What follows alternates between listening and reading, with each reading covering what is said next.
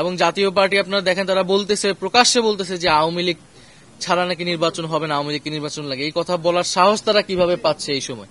এবং সরকার কোনো ধরনের ব্যবস্থা এই সকল দলগুলোর বিরুদ্ধে নিচ্ছে না। তারা কিন্তু বিগত যে নির্বাচনগুলো হয়েছে সেই নির্বাচনগুলোতে অংশ নিয়ে নির্বাচনগুলোকে বৈধতা দিয়েছে। আওয়ামী লীগের পুরো 16 বছর আমলে যে গণহত্যা, গুম, খুন, মানবতা বিরোধী অপরাধ সকল কিছুকে বৈধতা দিয়েছে এই দলগুলো। আওয়ামী লীগ কোনোদিনই নির্বাচনে বিশ্বাস করে নাই, গণতন্ত্রে বিশ্বাস করে নাই। সেটা সেই শেখ মুজিবের আমল থেকে শেখ হাসিনা পর্যন্ত তারা বারবার গণতন্ত্রকে হত্যা করেছে, বাকশাল কায়েমের মধ্যে হত্যা করেছে। গত 16 বছর তারা নির্বাচন হত্যা করে নির্বাচনী ব্যবস্থাকে ধ্বংস করে দিয়েছে, নির্বাচনী সংস্কৃতিকে ধ্বংস করে দিয়েছে। ফলে বাংলাদেশের প্রতিষ্ঠান ধ্বংস করা, গণতন্ত্র ধ্বংস করা, হত্যা করা এটা আওয়ামী লীগের সবসময় কাজ। আওয়ামী লীগ নির্বাচনে বিশ্বাস কোনোদিনই করে নাই। ফলে আওয়ামী লীগ কোনো গণতান্ত্রিক দল নয়। আওয়ামী লীগ বা চেষ্টাই করবে নির্বাচনকে ভণ্ডুল করা, নির্বাচন যাতে না হয়, বাংলাদেশে যাতে স্থিতিশীলতা না আসে, এবং আওয়ামী লীগের সাথে যুক্ত বিভিন্ন বৈদেশিক শক্তিও এই চেষ্টাটা চালাবে।